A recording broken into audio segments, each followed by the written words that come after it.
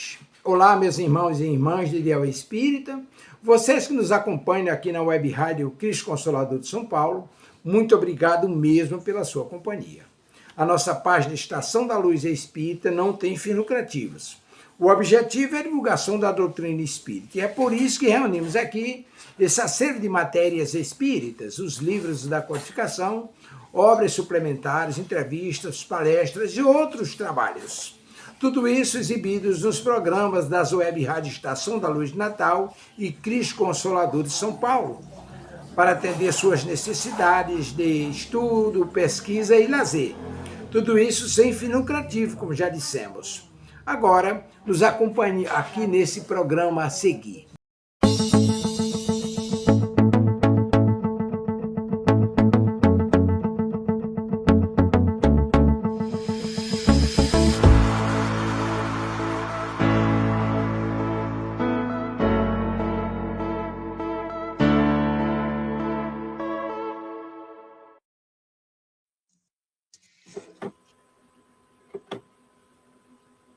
Olá, sejam muito bem-vindos à Web Rádio Cristo Consolador, programa Viver no Mundo, que vai ao ar toda terça-feira, às 19 horas. Boa noite, Zé Mauro. Olá, boa noite, Luzia, boa noite, pessoal que nos ouvem agora e aqueles que vão nos ouvir depois pelo canal do YouTube. Sejam bem-vindos mais uma vez, obrigado por estarem conosco. Boa noite, amigos, boa noite, família querida, minha tia linda, tia Edila, minha prima querida Regina, minha prima querida Ilma, Cláudia Fernandes, seja muito bem-vinda ao Web Rádio Cristo Consolador, programa Viver no Mundo. Vocês... Quer falar, Zé Mauro? Não, só dar um abraço, uma boa noite para a família da Luzia, que comparece aqui, graças a Deus, obrigado. Tia Edila, Regina, Ilma. Um abraço para a Cláudia e Maria Isabel. Maria Isabel, a Isabel, minha companheira de trabalho na congregação. Um abraço. Um abraço. Hoje nós estamos sem a Ana Lu, que ela está resolvendo alguns assuntos, mas com certeza o coração dela está conosco, a mente também, e semana que vem ela está aqui novamente, juntinho com a gente, para nós fazermos mais um trabalho, desenvolver mais um tema dentro da doutrina. Então, não esqueçam de deixar o like, de acionar o sininho, que isso é importante para a rádio, é importante para o programa. Zé Mauro, você faz para a gente a prece de abertura? Faço. Vamos lá, então, dar graças a Deus, a Jesus, e vamos abrir os nossos corações, elevar o nosso espírito, o nosso pensamento, para que nós possamos ter mais uma horinha nessa noite, que é uma horinha, mas é enorme quando o estudo é bem aproveitado. Que possamos, Pai, querido Mestre Jesus, ter conosco os nossos guias e aqueles que nos auxiliam, tanto na exposição como no entendimento de mais esse estudo de hoje. Graças a Deus e graças a Jesus. Graças a Deus. E como vocês... Deixa eu só fechar o microfone do Zé Mauro. Fechou. E como vocês têm percebido, esse mês nós estamos desenvolvendo, trazendo aqui um pouquinho de cada livro do Pentateuco. Já falamos sobre o céu e o inferno, sobre o Evangelho, estamos falando hoje sobre o livro dos Espíritos, e assim por diante, para que nós possamos desenvolver e compreender melhor a base da doutrina, que é o Pentateuco. Só que, como são 4 semanas, só conseguimos trazer 4 livros nesse mês. Então, vamos ao segundo livro, que, na verdade, foi o primeiro livro escrito por Kardec, né, sobre a doutrina espírita, que é o Livro dos Espíritos. E os outros 4, Gênese, o Livro dos Médiuns, o Céu e o Inferno e o Evangelho, também foram extraídos deste livro, do Livro dos Espíritos. Então, ele é a base da doutrina. E por isso é tão importante nós estudarmos esse livro para poder compreendermos esse livro que é dinâmico, porque é de perguntas e respostas. Eu prefiro dizer que são sempre 1019 respostas às nossas dúvidas, que ele nos traz com muita clareza, muita lucidez. E Bezerra de Menezes, ao se referir ao Livro dos Espíritos, ele dizia que era a palavra de Jesus Cristo vinculada às elucidações e que traz luz para os nossos corações, né, que pulsam num planeta de processo de regeneração espiritual. Bonito, né? E esse livro, ele nos explica sobre essa continuação da nossa vida, o que acontece após a desencarnação, como funciona a comunicação com os espíritos, fala sobre a reencarnação e nos faz compreender os nossos deveres perante ao Pai Maior. E tantos outros assuntos relacionados a esse tema também, que nos mostram qual é o caminho a seguir e por que trilhar esses caminhos. Estudar esse livro, o Livro dos Espíritos, é um passo muito importante para podermos compreender a doutrina, né? Como eu falei, os outros 4 livros do Pentateuco saíram dele. Então, ele é dividido em 4 partes e cada parte saiu um livro.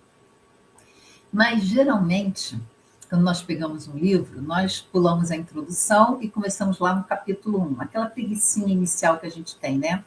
E isso é um erro, porque a introdução tem muita informação. E nesse livro dos Espíritos também não é diferente. Traz muita informação e é muito importante para a nossa evolução interiorizarmos os ensinamentos do Mestre e que continua atual, apesar dele ter vindo à Terra 2000 anos atrás, continua atual. E as leis divinas são imutáveis. Então, temos sempre que estudar, temos sempre o que aprender. E em relação a esses ensinamentos de 2000 anos atrás, Gamaliel, que foi mestre de Paulo de Tarso, ele defendeu os apóstolos, né, contra a fúria dos saduceus, do Sinédrio, dizendo que se a obra fosse dos homens, ela cairia por si mesma, mas se tivesse vindo de Deus, seria indestrutível. Então, se tornaria dispensável toda essa perseguição, porque não adiantaria em nada. Então, era melhor ter cautela, porque poderiam estar combatendo algo que veio de Deus, algo divino, e que, na verdade, veio. Tanto que 2000 anos depois, nós estamos aqui firmes e fortes, ainda cristãos, ainda seguindo os ensinamentos do Mestre Jesus e ainda tão atuais. E o mundo, ele sempre esteve muito cheio de polêmicas, né, sem fundamentos, né, criadas apenas para satisfazer alguns egos, alguns orgulhos, algumas vaidades. E isso acaba dando maior valor à forma do que o conteúdo, mais ali a forma do que a mensagem contida dentro ali, do que veio essa doutrina. E Kardec, ele teve que dedicar uma parte da sua obra, que é a introdução, para poder esclarecer essas polêmicas que foram criadas, né, na época que ele lançou o livro, que ele estava começando a codificar a doutrina. E, claro, esclarecer também certos pontos muito equivocados na visão das pessoas da época. E Kardec era um grande didata. Então, o que ele fez? Ele criou sentido para palavras já existentes, novo sentido, e criou novas palavras para que não tivesse mais a duplicidade de entendimento e aí deixar a coisa não tão clara assim. Então, ele dizia que para coisas novas precisamos de palavras novas, porque a clareza da linguagem evita essa confusão que pode dar o duplo sentido de um termo. Então, ele usou desse neologismo, né? Esse grande mestre que nós temos, que é o grande Kardec. Então, ele criou a palavra espiritismo, que é a doutrina do espírito. Espíritas, que é quem segue a doutrina dos espíritos. Reencarnação, que não existia essa palavra, para explicar essas vidas sucessivas, né? E acabar a confusão que tinha com geração, porque falar de reencarnação sempre se falou, a Igreja Católica tinha isso dentro também como dogma dela, os judeus também falavam, mas como geração. Então, a geração poderia ser uma geração ou poderia se referir também a uma encarnação. E aí ele criou a palavra para poder separar uma coisa da outra e dar um entendimento melhor. Criou também a palavra perispírito, que é o invólucro do espírito, e alma, que é o espírito encarnado. Então ele criou, colocou alma como se fosse o espírito encarnado, e quando ele fala em espírito é o desencarnado. Só didaticamente ele separou isso, mas de uma forma didática mesmo. E ele também nos explicou que os espíritos pertencem a diferentes classes e não são iguais nem em inteligência e nem em saber e muito menos em moralidade. E há diversos tipos de mundo e em graus evolutivos diferentes, e que as comunicações dos espíritos, eles podem ser ocultas, né? E também podem ser ostensivas. Ou seja, muita contradição, muito disse-me-disse, foi ocasionado como tudo que é novo, né? Que assusta e acabam criando teorias sem, na verdade, se aprofundar. E toda essa novidade, claro, tem seus adeptos, mas também tem seus contraditores. E com o espiritismo, óbvio que não foi diferente. E na introdução do Livro dos Espíritos, Kardec ele se preocupa exatamente com isso, para elucidar algumas objeções que fizeram à doutrina, sem mesmo saber o que é, sem mesmo estudar ou se aprofundar, foram acusando. A gente faz isso até hoje, na verdade, né? E nós vamos estudar algumas dessas objeções e as explicações lúcidas que Kardec deu a cada uma delas no decorrer desse programa. Então, Livro dos Espíritos é o nosso tema de hoje, do programa Viver no Mundo 192, na Web Rádio Cristo Consolador. Zé Mauro. Isso aí. E eu vou trazer, então, um item muito importante, e está no início do Livro dos Espíritos, no capítulo 1, no item 6, nas questões de 93 a 95, que é o perispírito, um dos itens que a Luzia citou aí, né? Porque o perispírito é muito importante a gente conhecer e é muito rico. A gente vai ter até que resumir bastante o estudo. Nós vamos ver aqui.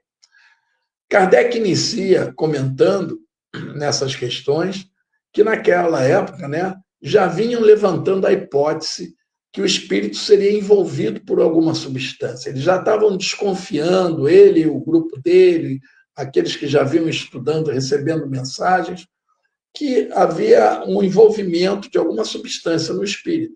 E ele pergunta se é assim, ou se o espírito vive descoberto, puro, somente ele, quando está fora, quando está enquanto espírito, né, no plano espiritual. E eles respondem que o espírito é envolvido, sim, por uma substância. A espiritualidade de luz responde que para nós, eles dizem, é uma substância vaporosa e sutil, mas que para eles, que são espíritos bem mais avançados do que nós, ainda é uma substância bastante grosseira. Pois é. Nós sabemos que eles estão se referindo ao perispírito, que é uma matéria fluídica, né, como chamamos, e para nós é algo ainda muito desconhecido. A ciência já está começando a estudar isso também. E eles ainda comentam que ela é suficientemente vaporosa para que o espírito possa elevar-se na atmosfera, transportar-se. É aquilo que nós conhecemos como volitar, né? Aquele voo que o espírito dá, ele rapidamente se transporta de um lugar a outro, enfim. E Kardec continua questionando, de onde vem esse envoltório? Como é que ele aparece, né? O que é isso? Essa matéria, ou esse envoltório semimaterial, como Kardec chama no texto. E eles comentam que vem do fluido universal. E aí, bom, eu aproveito para abrir um parêntese, porque eu custei aprender isso, que é fluido e não fluido. Fluido é do verbo fluir. Mas vocês vão me ver aqui, de repente, hoje ainda falar fluido universal, fluido, porque a gente acostuma a falar fluido, mas o certo é fluido. Bom, o espírito absorve do fluido cósmico universal e forma em torno de si uma matéria de densidade fluídica, que envolve o espírito e mais ou menos fluida, de acordo com a característica do globo em que ele se encontra. E eles compararam, né, a quando nós vestimos uma roupa, é como se o espírito vestisse uma roupa em torno de si. Podemos dizer que quando estamos aqui encarnados, nós sabemos que temos espírito, o perispírito que envolve o espírito e o corpo físico, então. Essa matéria que está envolvendo tudo isso, e essa matéria se agrega ao perispírito, que vem com o espírito. E o espírito, portanto, também está agregado a esse perispírito. Então, fica fácil para a gente perceber que a comunicação, a troca de informações entre o corpo físico e o espírito, e vice-versa, é através desse perispírito.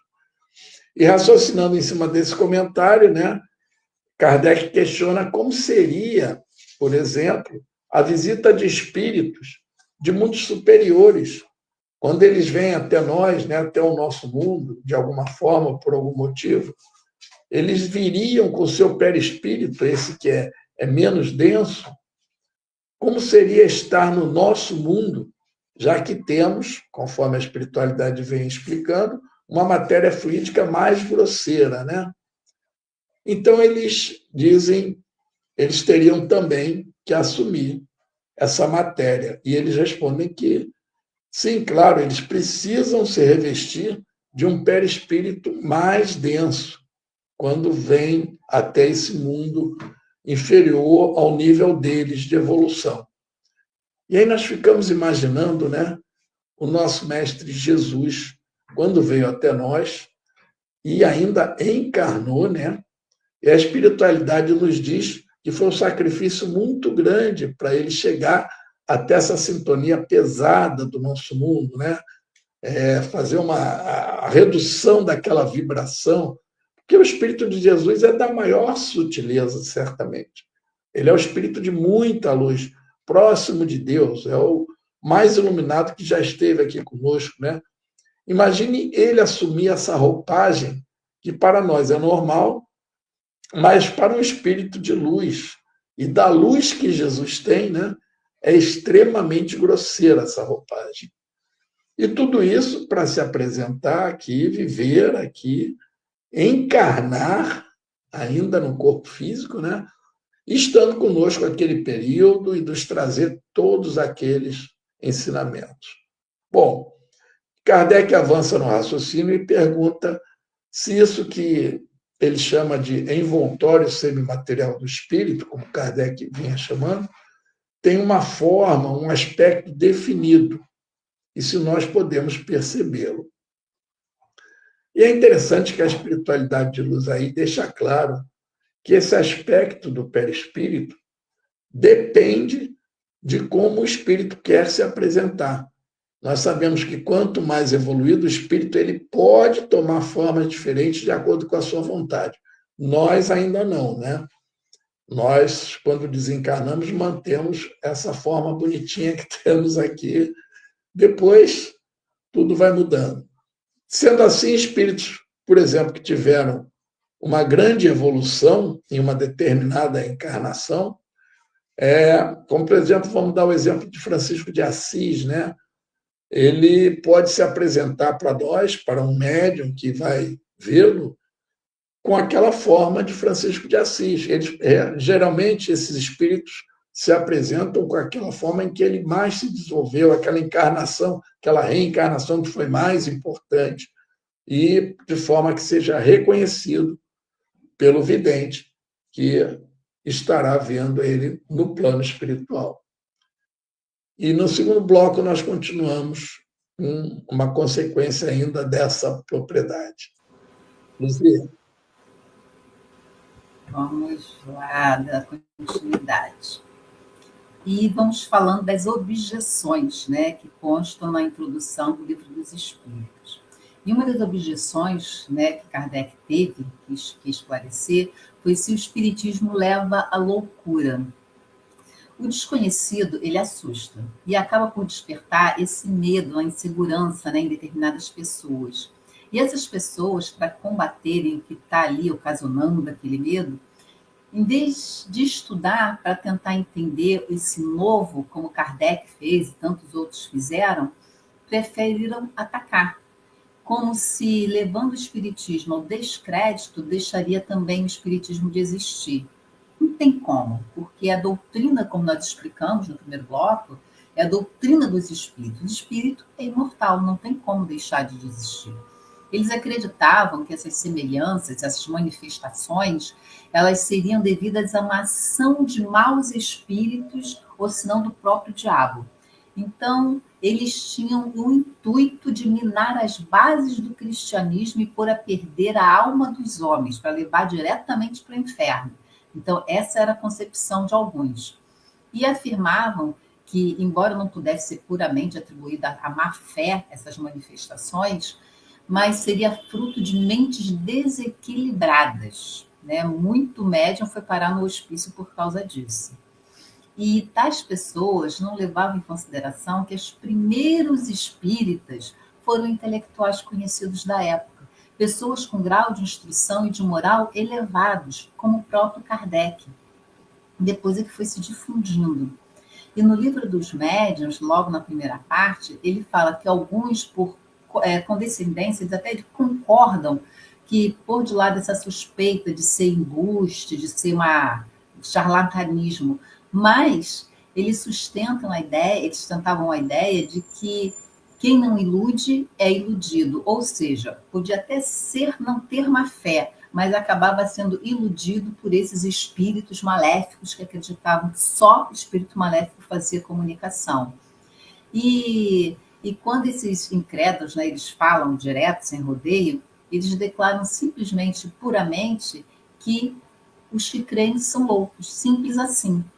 E na segunda parte desse livro dos médiuns, ele fala que a mediunidade ele não poderia trazer a loucura, porque não pode ter qualquer coisa que não haja uma predisposição para isso, em virtude de uma fraqueza cerebral. Então, a mediunidade, ela não produz a loucura, se já não tiver aquele germenzinho. E todas essas grandes preocupações descontroladas desse espírito, eles podem sim ocasionar loucura, mas a ciência também, se você já tiver o germenzinho e ficar obcecado com a ciência, com as artes e até mesmo com a religião, né? Aqueles fanáticos, né, que acabam, às vezes, até se matando, se mutilando e, às vezes, levando as pessoas também a cometerem o suicídio.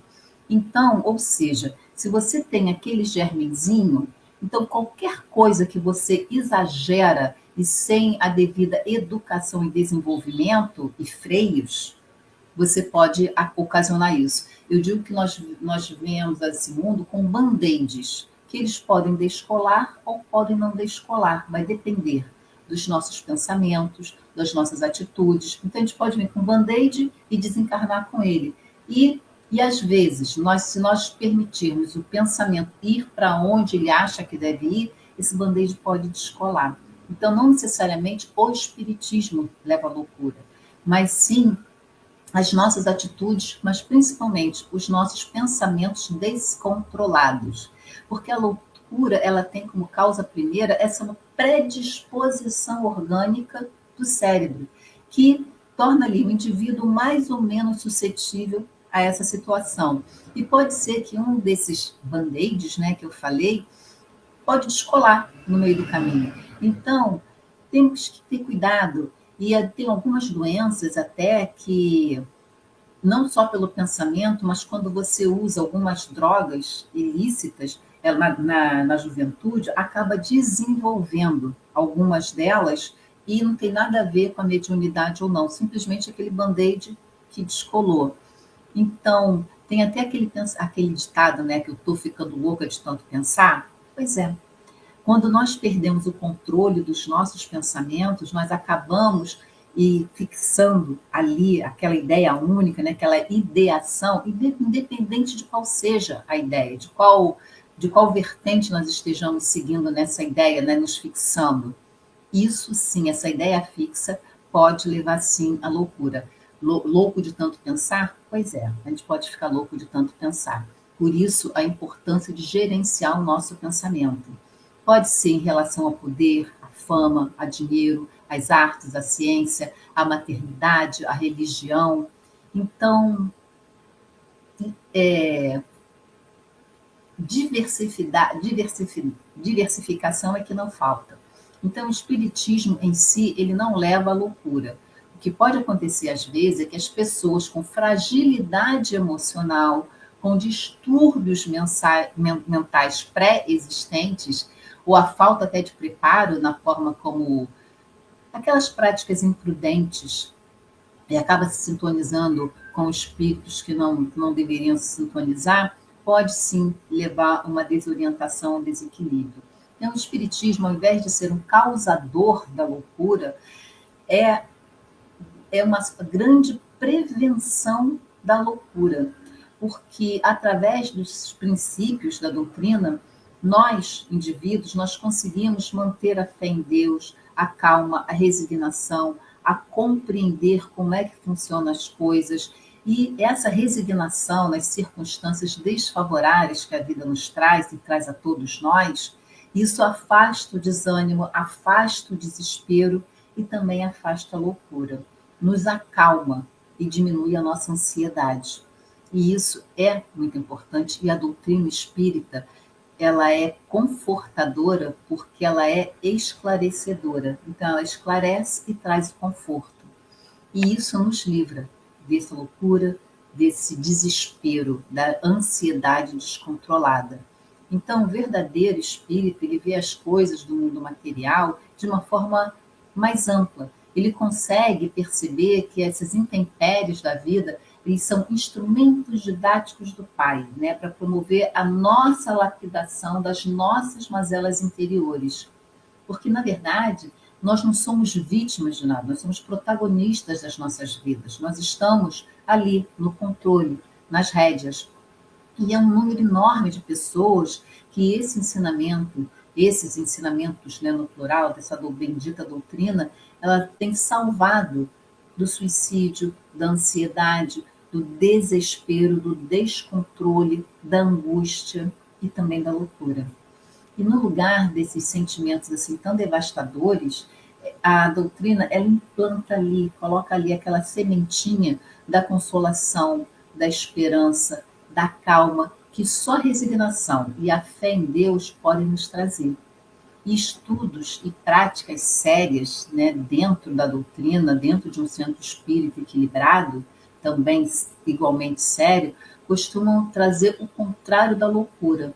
Traz a nossa paz interior, a compreensão das provas da vida que todos nós temos que passar, traz um equilíbrio emocional e também traz um amparo dos benfeitores espirituais.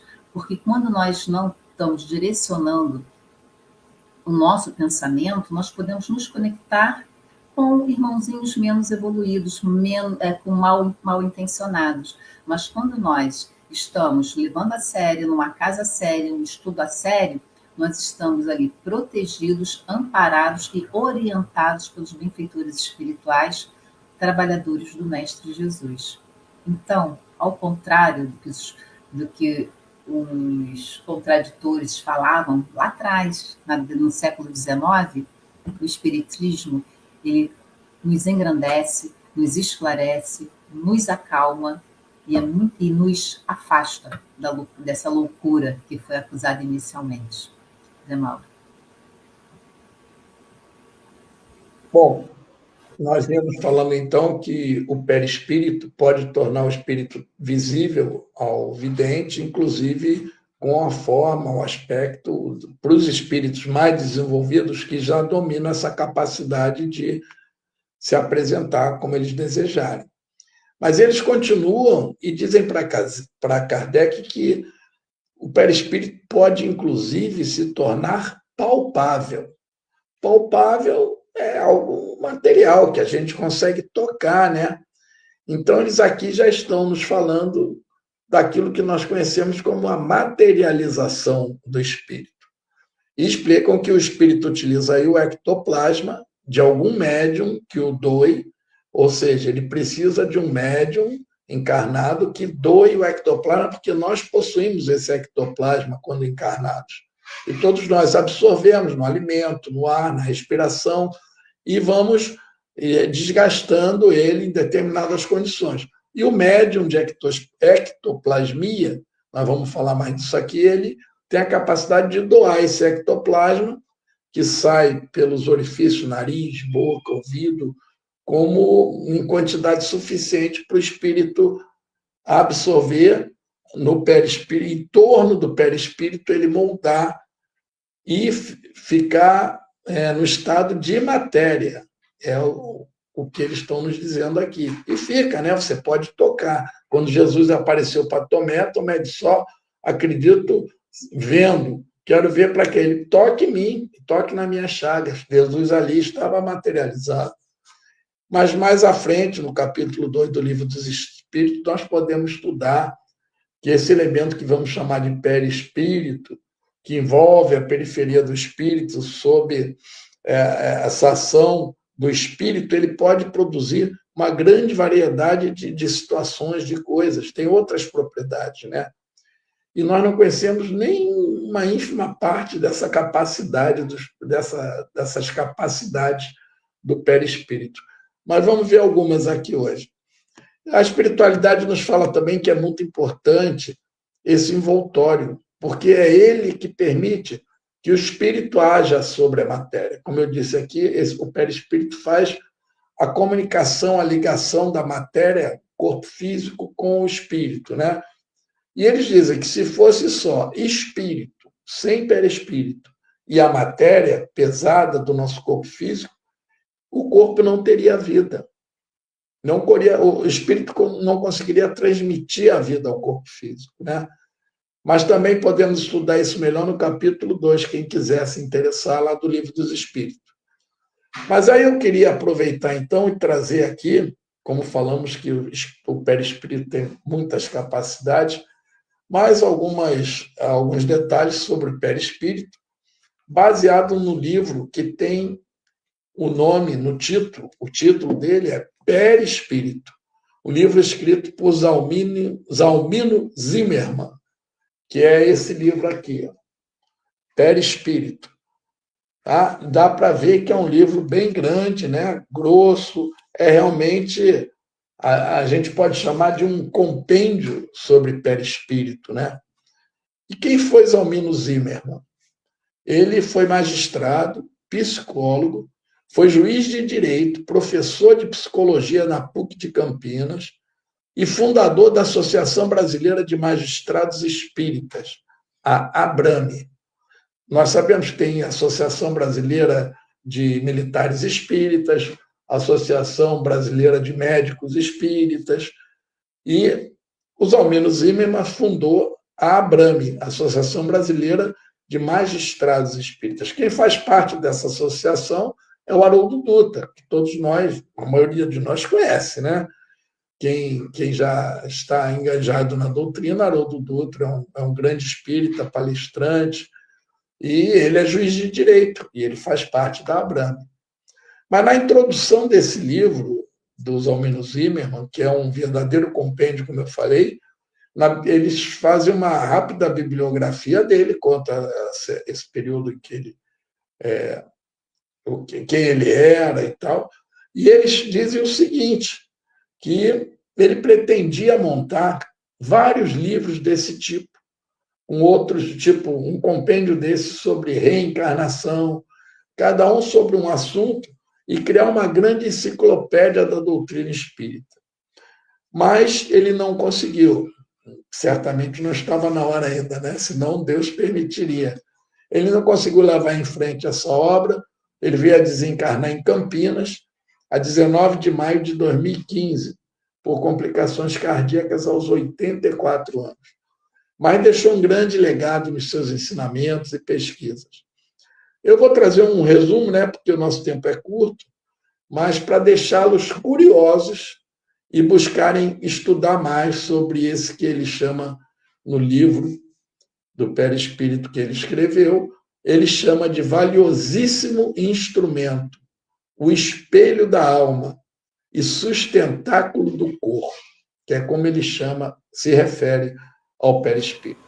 Bom, a palavra perispírito vem do grego, sufixo peri, de periférico, periferia, peri, que significa em torno, né?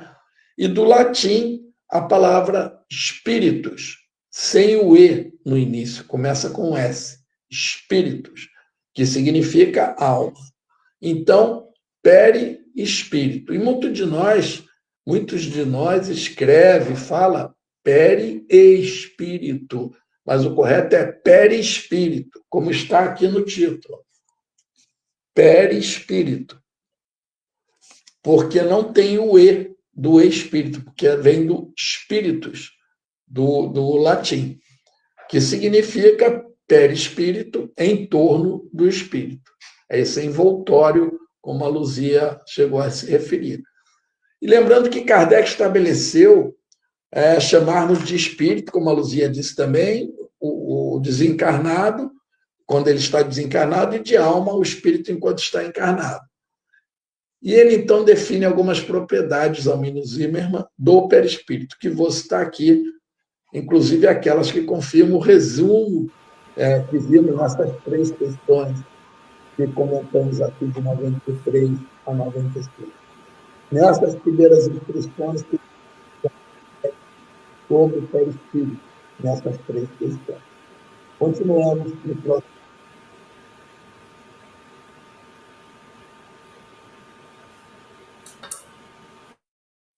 Luzia. Vamos lá. Vamos dar continuidade a essas objeções, né, que aconteceram. Então, outra que nós vamos estudar é que esses contraditores, eles acreditavam até que existiam fenômenos materiais e morais, mas excluíam a intervenção dos espíritos nessas intervenções. E o próprio Kardec diz no Livro dos Espíritos que essas 2 objeções são as únicas que realmente merecem o nome, porque os outros eram mais implicância, ou não queriam simplesmente antipatia, mas não tinham algum fundamento. E essa ele dizia que tinha, porque se baseia em teorias racionais. E Kardec era muito racional, né? Então, se baseava na teoria magnética, que é quando o médium tira de si esse conteúdo das manifestações dos espíritos, e a teoria do meio ambiente, que o médium, em vez de tirar as comunicações de si mesmo, ele tira das pessoas ao redor, ou seja, do ambiente.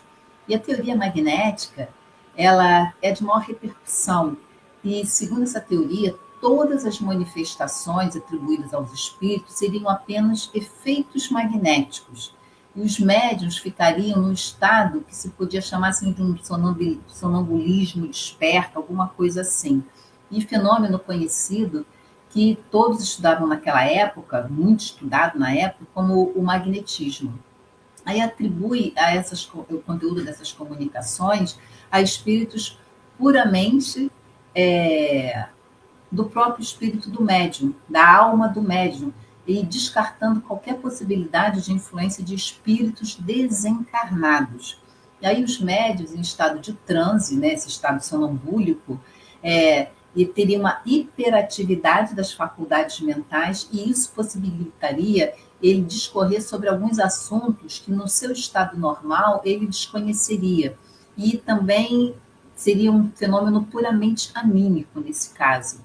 Mas isso não se explicaria as pancadas, as mesas girantes, né, que foi o início de tudo, e nem o fato de um médium analfabeto psicografar textos intelectuais, ou mesmo de pouca cultura, como Chico, que psicografou livros maravilhosos, com um linguajar, com um vocabulário muito rico, de poesias também, com toda aquela métrica poética, e que Chico, o intelecto dele não foi desenvolvido nesta encarnação para esse tipo de coisa. Então, isso não explica. E até também, às vezes, conteúdos filosóficos, científicos também, como Chico e tantos outros médiuns. Então, isso já não explica. E ainda o fato também de alguns médios não terem a menor ideia do que estavam psicografando. Simplesmente psicografavam e não tinham ideia. Então, Kardec conclui que se podemos encontrar, se nós não podemos encontrar essas diversidades das fontes do médium, então era necessário que nós procuremos fora do médium. Então, se o médium não traz dentro de si isso, da onde então que ele está buscando? Provavelmente do lado de fora. E aí começa. E na teoria do meio ambiente, o médium ainda, né, na fonte das manifestações, mas em vez de tirar de si próprio, né, no estado de sonambúlico, de êxtase, ele tira do meio ambiente. O médium seria uma espécie de espelho refletindo todas as ideias das pessoas e também de todos esses pensamentos e de todos os conhecimentos das pessoas que estavam ali em volta. Então, o médium poderia não ter o conhecimento, mas a pessoa tem, e ele conseguia conectar nesse pensamento, que ficava como se fosse uma energia no ar. Mas nada também, eu diria que não fosse um conhecimento de pelo menos de alguma delas. Isso realmente não se pode negar, e nisso tem realmente um princípio da doutrina, a influência exercida, né, as pessoas que estão ali na assistência, sobre a natureza das manifestações. E entre esse princípio e a teoria que faria o médium, né, esse espelho do pensamento das pessoas, desse pensamento alheio, há uma grande distância, porque milhares de fatos demonstram exatamente o contrário. E isso é um grave erro que prova o perigo dessas conclusões prematuras sem estudo. E aí Kardec pergunta: onde os médios foram buscar essa doutrina que não existia na cabeça de ninguém, já que era uma coisa nova que estava acontecendo ali? Então não poderia ser nem dele e nem do ambiente, trazendo do ambiente. E também como milhares de médios espalhados pelo todo o globo terrestre, que nunca se viram, não conheciam nem Kardec, transmitiram a mesma mensagem. E vamos lembrar que foi isso, foi a mesma mensagem levada por vários médios de vários lugares diferentes do planeta, e aí o Kardec vinha, está batendo, não está batendo, coincidir ao mesmo tempo. Então, como é que funciona isso? Uma coisa é o meio ambiente, outra coisa é a pessoa no outro país fazer isso. E as primeiras comunicações, elas não se deram através dessa escrita, né? Ou às vezes oral também, mas sim através dessas pancadas, que foi que começou a chamar a atenção. E que aquela pancada que formava aquelas frases curtas, né? Sim, não, e depois as mesas girantes também, que também não tinha nada, não batia com essas duas teorias. Então, Kardec dizia que essas inteligências que se manifestavam só podiam ser de espíritos mesmo desencarnados. E, finalmente, se esses fenômenos fossem realmente gerados pela influência do ambiente, a conexão se faria sempre que o médium se concentrasse, e nós já vimos que a comunicação pertence aos espíritos, né? Como o Chico dizia, o telefone toca de lá para cá. Não basta que nós queiramos isso. Os espíritos é que decidem se vão fazer a comunicação ou não. E a mediunidade, ela pode ser também suspensa ou até retirada mesmo, né, a qualquer momento.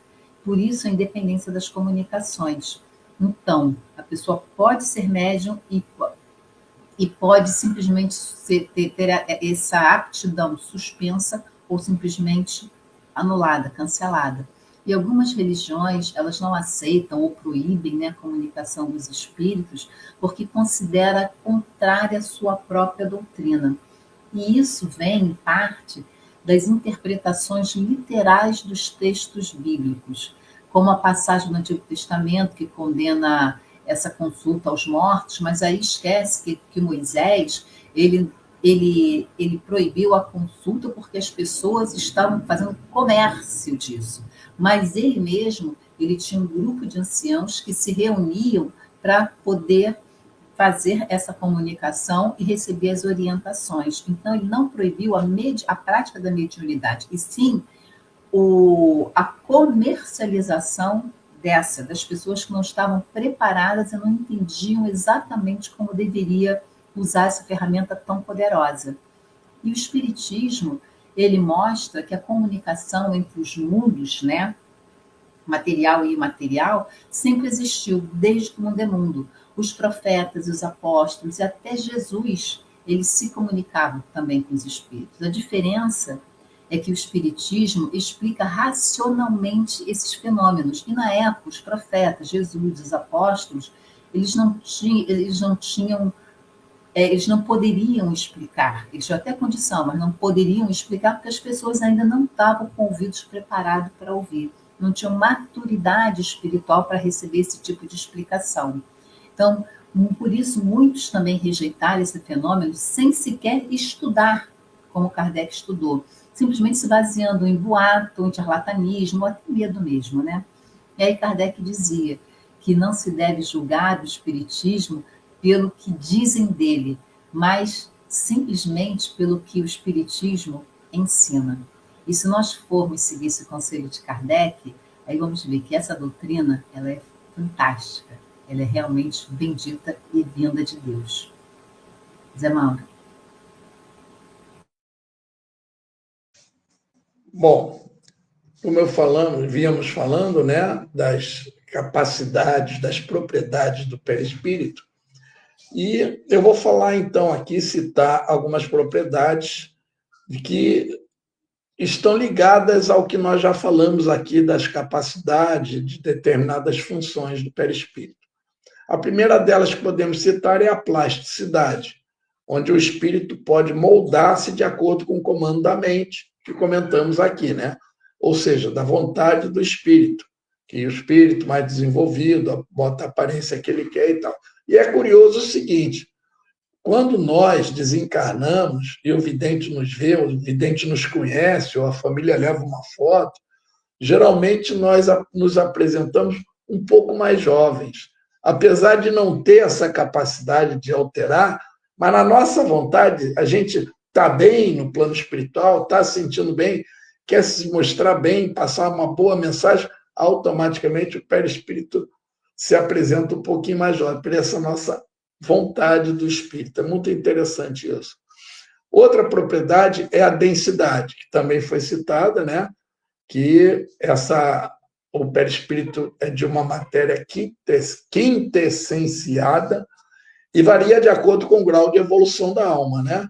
A categoria do mundo em que habita. No mundo superior, ela é mais fluídica, no mundo mais inferior, como o nosso ainda, provas e expiações, ela é mais densa. Outra capacidade, a terceira que eu cito aqui, é a luminosidade, que é importante, propriedade, ela varia com o grau de elevação do espírito.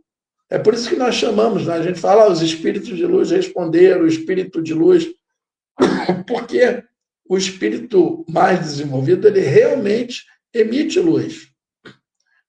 O perispírito começa realmente a emitir luz, não é o espírito, é o perispírito que o envolve, emite essa luz.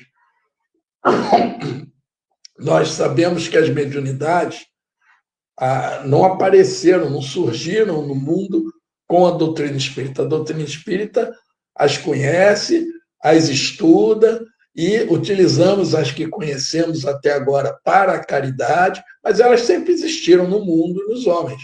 E a gente lembra que as figuras dos chamados santos da Igreja Católica, que são espíritos de luz em geral, eles têm sempre aquela auréola, ou o corpo todo cheio de luz em volta, porque algum vidente via, ou percebia, ou achava que estava sonhando, e via a luz que o perispírito emite, né?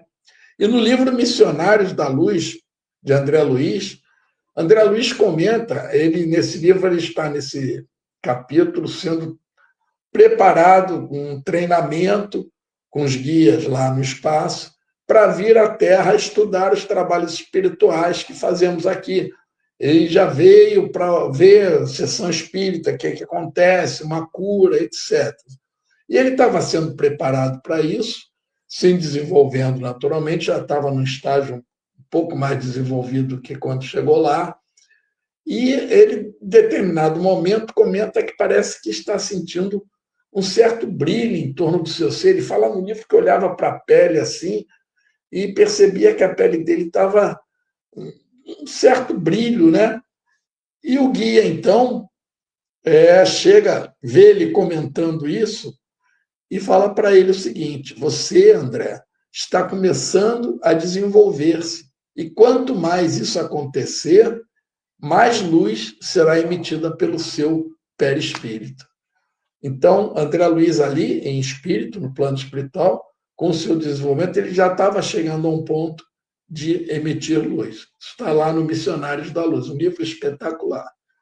Nas questões comentadas aqui, falamos também da visibilidade, né?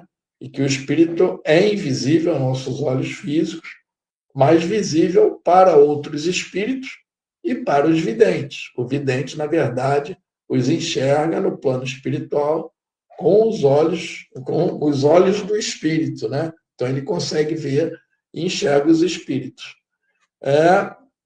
Mas ele pode se tornar visível aos nossos olhos também. Vamos ver isso agora na próxima propriedade. Então, nessas questões, eles nos falam dessa propriedade de tangibilidade. Falamos aqui também, quando estudamos as 3 questões, onde o espírito pode tornar-se tangível, e aí podemos tocá-lo, né? Porque ele está materializado, como nós chamamos. E se está materializado, então qualquer um pode vê-lo. Então, quando ele está materializado, ele torna-se automaticamente visível até para aqueles que não têm a mediunidade da vidência.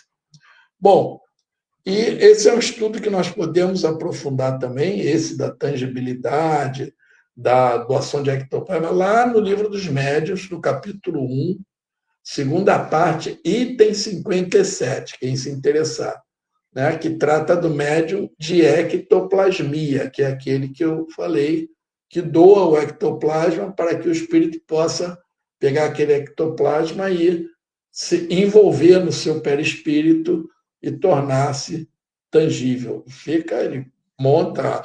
A maioria dos espíritos que são vistos, fotografados, materializados, mostram bem o rosto e, na maioria, vem com uma túnica, porque não precisa materializar todos os detalhes de uma roupa, Então, como eles querem só se apresentar, sou eu, Francisco de Paula, venho trazer uma mensagem, aquela túnica facilita a materialização. É um detalhe também interessante.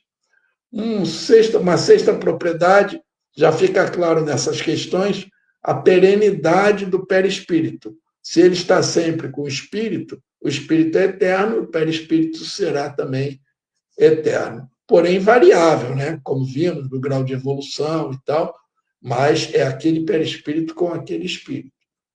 E aí entra mais uma propriedade que é da mutabilidade, que é essa mudança do espírito com o progresso moral. Ele tem a capacidade de ir mudando conforme o mundo em que o espírito vai. E assim, nesse livro intitulado Perispírito, ainda são citadas outras propriedades que nós vamos estudar também, se nos aprofundarmos lá no Livro dos Espíritos, e também no Livro dos Médiuns, principalmente. Eu aqui citei as que estão relacionadas com estudos que fizemos hoje, e depois eu vou finalizar falando de mais algumas curiosas que não participaram aqui desse estudo. Vamos lá. Então, repassando com tudo o que foi dito, nós podemos chegar à conclusão que o Espiritismo, na sua essência, ele não conduz à loucura, porque é uma doutrina da razão, de equilíbrio, de fé raciocinada, e quando estudado e praticado com serenidade e com seriedade, nos traz esclarecimento, nos traz o consolo, nos traz a paz. E Kardec, ele sempre advertiu que a prática mediúnica exige estudo. Todo médium tem que estudar para sempre. Vigilância eterna. E, claro, para ter o amparo espiritual devido, porque a mediunidade é uma faculdade natural e que precisa ser muito bem orientada. Então, outros rejeitam o fenômeno por influência das tradições religiosas, interpretam de uma forma muito literal as proibições bíblicas, E ainda também é o medo do desconhecido, e também muito, muito, muito preconceito. E gerado até por uma certa prática, né, que a pessoa vai repetindo, não sabe nem exatamente por quê.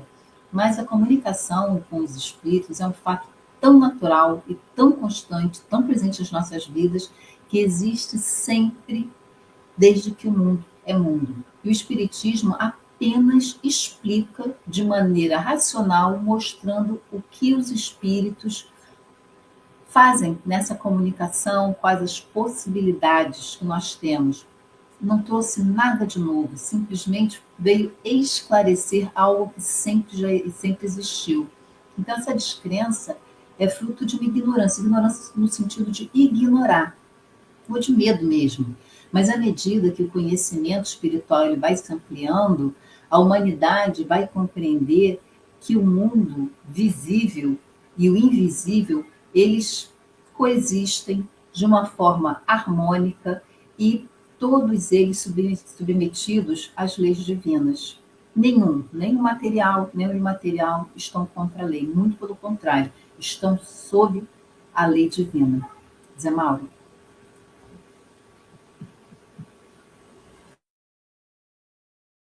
Nosso tempo está curtinho, né? Mas eu vou citar aqui rapidamente mais algumas propriedades para vocês se interessarem e irem estudar. Ponderabilidade, propriedades do perispírito.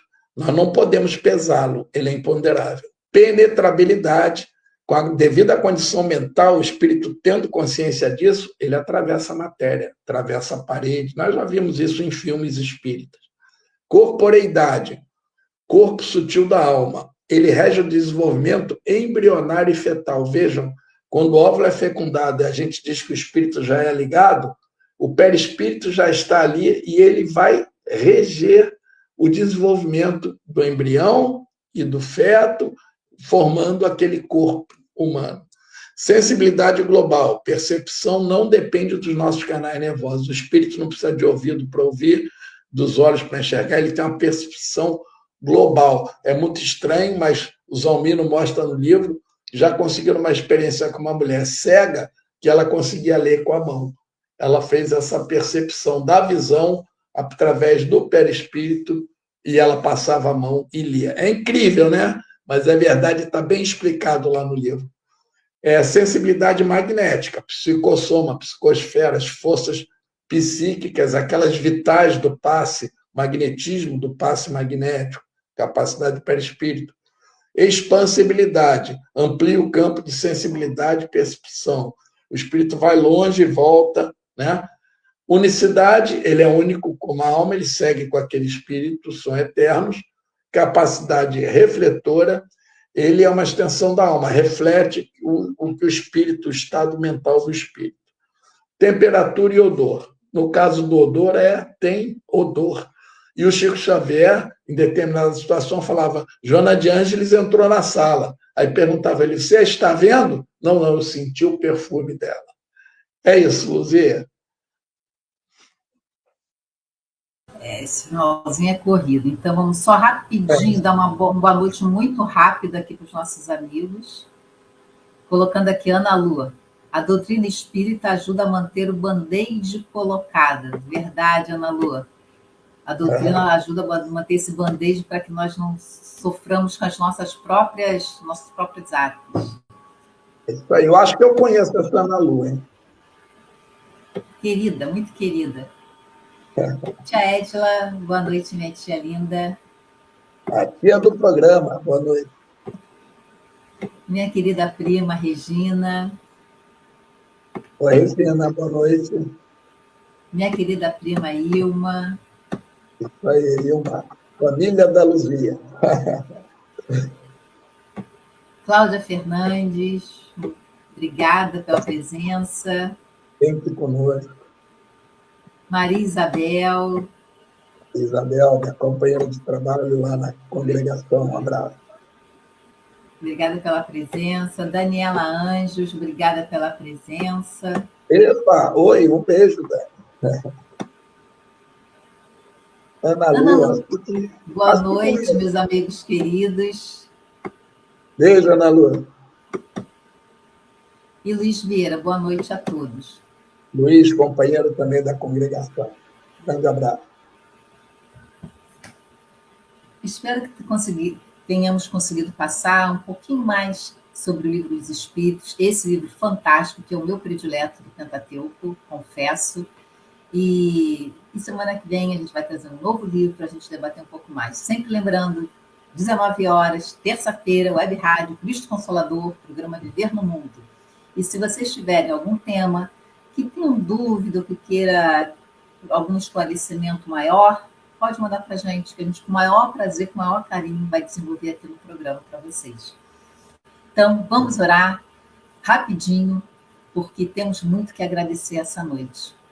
Pai amado, de infinito amor, bondade, sabedoria e misericórdia, agradecemos por essa hora que passamos juntos, por essas bênçãos que recaíram sobre nós, sobre a nossa família, sobre o nosso lar, que as nossas mentes e os nossos corações estejam eternamente ligados ao seu, como o seu está ligado ao nosso.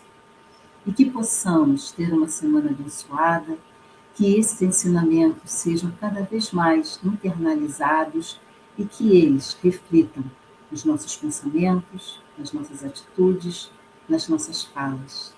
E mais ainda, Pai, que possamos multiplicar esse conhecimento, levando para todos os nossos companheiros de jornada. Pai amado, obrigado por mais esse banquete de bênçãos. Esteja conosco hoje e sempre. Graças a Deus. Uma excelente semana para vocês. Beijos. Boa noite, Zé Mauro. Boa noite, amigos. Boa noite, Ana Lua.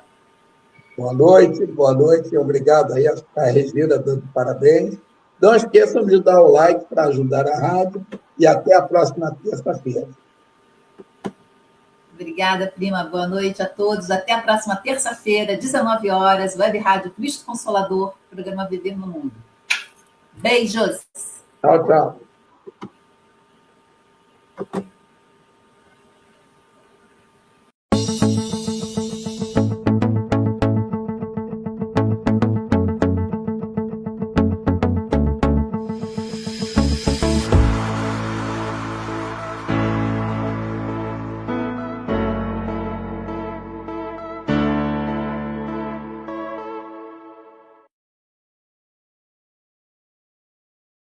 Chegamos ao final do nosso programa. Muito obrigado por ter nos acompanhado nesse trabalho e aguardo você na próxima atração.